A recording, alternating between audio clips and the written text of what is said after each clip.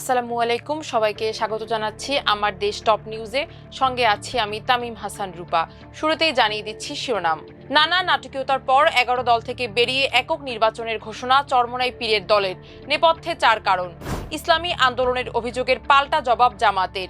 হাদি হত্যার বিচার নিয়ে ইনকিলাব মঞ্চের 1 সপ্তাহের আলটিমেটাম। দেশকে ভালো রাখতে হলে বেগম জিয়াকে ধারণ করতে হবে, শোকসভার বক্তব্যে আসিফ নজরুল। হ্যাঁ ভোটে জনগণের আশার প্রতিফলন ঘটবে, অর্থ উপদেষ্টা। প্রিয় দর্শক, এতক্ষণ শুনছিলেন শিরোনাম, এবার বিস্তারিত। জামায়াতে ইসলামী সহ 11 দলের যে নির্বাচনী ঐক্য হয়েছে তা থেকে বেরিয়ে যাওয়ার ঘোষণা দিয়েছে চরমোনাই পীরের নেতৃত্বাধীন দল ইসলামী আন্দোলন বাংলাদেশ। দলটি 268 আসনে এককভাবে প্রতিদ্বন্দ্বিতার ঘোষণা দিয়েছে। শুক্রবার বিকেলে দলের কেন্দ্রীয় কার্যালয়ে ইসলামী আন্দোলন বাংলাদেশের যুগ্ম মহাসচিব ও দলের মুখপাত্র মাওলানা গাজী আতাউর রহমান এই ঘোষণা দেন। গাজী আতাউর রহমান জানান, তাদের প্রার্থীরা 270টি আসনে মনোনয়নপত্র দাখিল করেছিলেন, তবে 2টি আসনে প্রার্থিতা বাতিল হয়েছে। বাকি 268 জন প্রার্থী এখনো কাজ করছেন। তাদের নির্দেশনা দেওয়া হয়েছে যাতে তাদের একজনও প্রার্থিতা প্রত্যাহার না করেন। সংবাদ সম্মেলনে সমঝোতায় না থাকার 4টি কারণ তুলে ধরেন তিনি, যা সবগুলোই বর্তমানে 10 দলীয় জোটের প্রধান শরিক জামায়াতে ইসলামীকে কেন্দ্র করে। জামায়াত জোট ছাড়ার ব্যাখ্যায় ইসলামী আন্দোলনের মুখপাত্র বলেন, আমরা ইসলাম প্রতিষ্ঠাকে ইবাদত মনে করে রাজনীতি করি। এজন্য আমাদের নেতাকর্মীদের কোনো হতাশা নেই। আমরা জানি আমাদের পথ চলা হয়তো মসৃণ নাও হতে পারে। ক্ষমতার রাজনীতি আমরা করি না, আমরা নীতি আদর্শের রাজনীতি করি। 11 দলের জোটে ইনসাফের প্রশ্নে আমরা বৈরতার শিকার হয়েছি। তিনি বলেন, জামাতে ইসলামীর আমির আমাদের সঙ্গে আলোচনা না করেই বিএনপির প্রধান তারেক রহমানের সঙ্গে সমঝোতার কথা বলেছেন। এর ফলে আমাদের মধ্যে শঙ্কা ও সন্দেহ তৈরি হয়েছে এই নির্বাচন পাতানো হবে কিনা। জামাত জোট নিয়ে তিনি বলেন, এখানে জামাতে ইসলামী একটি বড় শক্তি ছিল, অস্বীকার করার সুযোগ নেই। তাদের শক্তি সামর্থ্য অনেক বেশি, কিন্তু আমরা আদর্শিকভাবে নৈতিকভাবে কারো চেয়ে দুর্বল নই। ইসলামী আন্দোলনের মুখপাত্র বলেন, জামায়াতে ইসলামীর আমির ডাক্তার শফিকুর রহমান তিনি স্পষ্ট করে বলেছেন, তারা ক্ষমতায় গেলে প্রচলিত আইন অনুযায়ী রাষ্ট্র পরিচালনা করবে। তিনি খ্রিস্টান সম্প্রদায়ের প্রতিনিধিদের সঙ্গে কথা বলেছিলেন। সেই খ্রিস্টান সম্প্রদায়ের একজন সম্মানিত নারী তিনি স্পষ্ট করে বলেছেন যে, আমরা আশ্বস্ত হয়েছি জামায়াতের আমির শরিয়া প্রতিষ্ঠা, শরিয়া আইন প্রতিষ্ঠা করবেন না। এই ওয়াদা তিনি করেছেন, এজন্য আমরা আশ্বস্ত হয়েছি। এই বিষয়টা যখন আমরা জানতে পারলাম তখন আমরা স্পষ্ট হয়ে গেলাম, আমরা যে লক্ষ্য নিয়ে চলছি সেই লক্ষ্য অর্জিত হবে না। বাংলাদেশকে ভালো রাখতে হলে বিএনপির প্রয়াত চেয়ারপারসন বেগম খালেদা জিয়াকে ধারণ করতে হবে বলে মন্তব্য করেছেন আইন, বিচার ও সংসদ বিষয়ক উপদেষ্টা আসিফ নজরুল। শুক্রবার বিকেলে জাতীয় সংসদ ভবনের দক্ষিণ প্লাজায় নাগরিক সমাজের উদ্যোগে আয়োজিত এক শোক সভায় এমন মন্তব্য করেন তিনি। খালেদা জিয়ার স্মৃতিচারণ করে আইন উপদেষ্টা বলেন, জীবদ্দশায় আমি বেগম খালেদা জিয়ার বিভিন্ন প্রোগ্রামে যেতাম।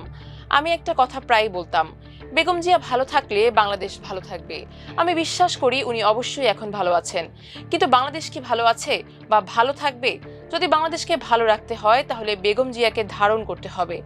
মানুষের হৃদয়ে খালেদা জিয়ার ঠাঁই হয়েছে উল্লেখ করে তিনি বলেন, বাংলাদেশের মানুষ আজ স্বাধীনভাবে ঘৃণা প্রকাশ করতে পারছে, স্বাধীনভাবে ভালোবাসাও প্রকাশ করতে পারছে। এজন্য খালেদা জিয়ার ঠাঁই হয়েছে মানুষের হৃদয়ে, আর আরেকজনের ঠাঁই হয়েছে বিতাড়িত ভূমিতে। এ সময় জুলাই গণ অভ্যুত্থানকারীদের প্রতি কৃতজ্ঞতা প্রকাশের পাশাপাশি মুক্তভাবে বেগম খালেদা জিয়ার প্রতি ভালোবাসা ও শ্রদ্ধা জানাতে পারায় মহান আল্লাহর শুকরিয়া আদায় করেন আসিফ নজরুল। অন্তর্বর্তী সরকারের অর্থ উপদেষ্টা ডক্টর সালেহউদ্দিন আহমেদ বলেছেন, গণভোট সবাইকে দিতে হবে। গণভোটকে আমরা হ্যাঁ বলেছি। হ্যাঁ জয়যুক্ত করলে দেশের সাধারণ মানুষের আশার প্রতিফলন ঘটবে। কোনো সময় ভালোভাবে সংস্কার হয়নি, হ্যাঁ ভোট দিলে কতগুলো সংস্কার করা সম্ভব হবে। শুক্রবার বিকেলে নাটোরের গুরুদাসপুর মিনি স্টেডিয়াম পরিদর্শনে গিয়ে নির্বাচন নিয়ে করা প্রশ্নের জবাবে এসব কথা বলেন তিনি। অর্থ উপদেষ্টা বলেন, গণভোট নিয়ে গ্রামের মানুষের না জানার কথা নয়। সরকারের পক্ষ থেকে ব্যাপক প্রচার চালানো হচ্ছে, তারা নিজেরাও হ্যাঁ এর পক্ষে প্রচার চালাচ্ছেন। তিনি বলেন, কয়েকদিন পর আমি চাঁদপুর, লক্ষ্মীপুর ও ফেনী এই 3টি জেলায় যাব। আজ সিরাজগঞ্জে যাব, সেখানে গিয়ে গণভোটের প্রচার করা হবে। আনুষ্ঠানিকভাবে দলের পক্ষ থেকে জামায়াতে ইসলামীর নেতৃত্বাধীন 11 দলের নির্বাচনী ঐক্য থেকে বেরিয়ে যাওয়ার ঘোষণা দিয়েছেন ইসলামী আন্দোলন বাংলাদেশের যুগ্ম মহাসচিব ও মুখপাত্র মাওলানা গাজী আতাউর রহমান। এ সময় জামায়াত ইসলামকে নিয়ে বিভিন্ন অভিযোগ তোলেন তিনি। তার অভিযোগের জবাবে নিজেদের অবস্থান স্পষ্ট করেছে জামায়াতে ইসলামী। শুক্রবার জামায়াতের সহকারী সেক্রেটারি জেনারেল ও কেন্দ্রীয় প্রচার বিভাগের প্রধান অ্যাডভোকেট এহসানুল মাহবুব জুবায়ের বলেন, আসন সমঝোতা, রাজনৈতিক আলোচনা কিংবা পারস্পরিক সম্পর্কের ক্ষেত্রে কোনো পক্ষকেই অসম্মান বা চাপ প্রয়োগ করা হয়নি, বরং সর্বোচ্চ স্বচ্ছতা, বাস্তবতা ও সম্মান বজায় রেখেই সিদ্ধান্ত নেওয়া হয়েছে। তিনি জানান, মনোনয়ন দাখিলের পরও কিছু বিষয়ে চূড়ান্ত সিদ্ধান্ত বাকি থাকার পর্যায়ক্রমে আলোচনার সিদ্ধান্ত নেওয়া হয়। এ লক্ষ্যে লিয়াজু কমিটি মাঠের বাস্তবতা, দলগুলোর সাংগঠনিক শক্তি, প্রার্থীর পরিচিতি ও গ্রহণযোগ্যতা, প্রতিদ্বন্দ্বী দলের অবস্থান সহ বিভিন্ন দিক বিবেচনায় নিয়ে একাধিক জরিপের ভিত্তিতে সিদ্ধান্ত গ্রহণ করে। এই প্রক্রিয়ায় 8 থেকে 10টি জরিপ বিশ্লেষণ করা হয়। অ্যাডভোকেট জুবায়ের বলেন, কিছু আসন এক দফায় ঘোষণা করা হলেও কয়েকটি বিষয়ে মতভিন্নতা থাকায় সময় নিয়ে ধারাবাহিক আলোচনা হয়েছে। গত কয়েকদিনের দীর্ঘ বৈঠকের মাধ্যমে বিষয়গুলো নিষ্পত্তির চেষ্টা করা হয়েছে। তিনি বলেন, আসন বণ্টন ছিল সম্মিলিত সিদ্ধান্তের ফল, কাউকে কিছু চাপিয়ে দেওয়া হয়নি। জামাতের বিরুদ্ধে শরিয়া আইন চালুর অভিযোগ প্রসঙ্গে তিনি বলেন, বিষয়টি বিভ্রান্তিকরভাবে উপস্থাপন করা হয়েছে। বিভিন্ন ধর্মীয় ও কূটনৈতিক প্রতিনিধির প্রশ্নের জবাবে দলের আমির স্পষ্ট করে বলেছেন, বাংলাদেশের সংবিধান ও বিদ্যমান আইনি কাঠামোর মধ্যেই দেশ পরিচালিত হবে, এ বিষয়ে কোনো দ্ব্যর্থতা নেই। শহীদ শরীফ ওসমান হাদির হত্যার বিচার প্রক্রিয়ার অগ্রগতির জন্য 1 সপ্তাহের আলটিমেটাম দিয়েছেন ইনকিলাব মঞ্চের সদস্য সচিব আব্দুল্লাহ আল জাবের। শুক্রবার ঢাকা বিশ্ববিদ্যালয়ের রাজু ভাস্কর্যের পাদদেশে এক সমাবেশে এ আহ্বান জানান তিনি। এর আগে জুমার নামাজের পর ঢাকা বিশ্ববিদ্যালয়ের কেন্দ্রীয় মসজিদের সামনে থেকে বিক্ষোভ মিছিল বের করে ইনকিলাব মঞ্চ। মিছিলটি ক্যাম্পাসের বিভিন্ন গুরুত্বপূর্ণ সড়ক ও শাহবাগ এলাকা প্রদক্ষিণ করে রাজু ভাস্কর্যের পাদদেশে এসে সংক্ষিপ্ত সমাবেশে রূপ নেয়।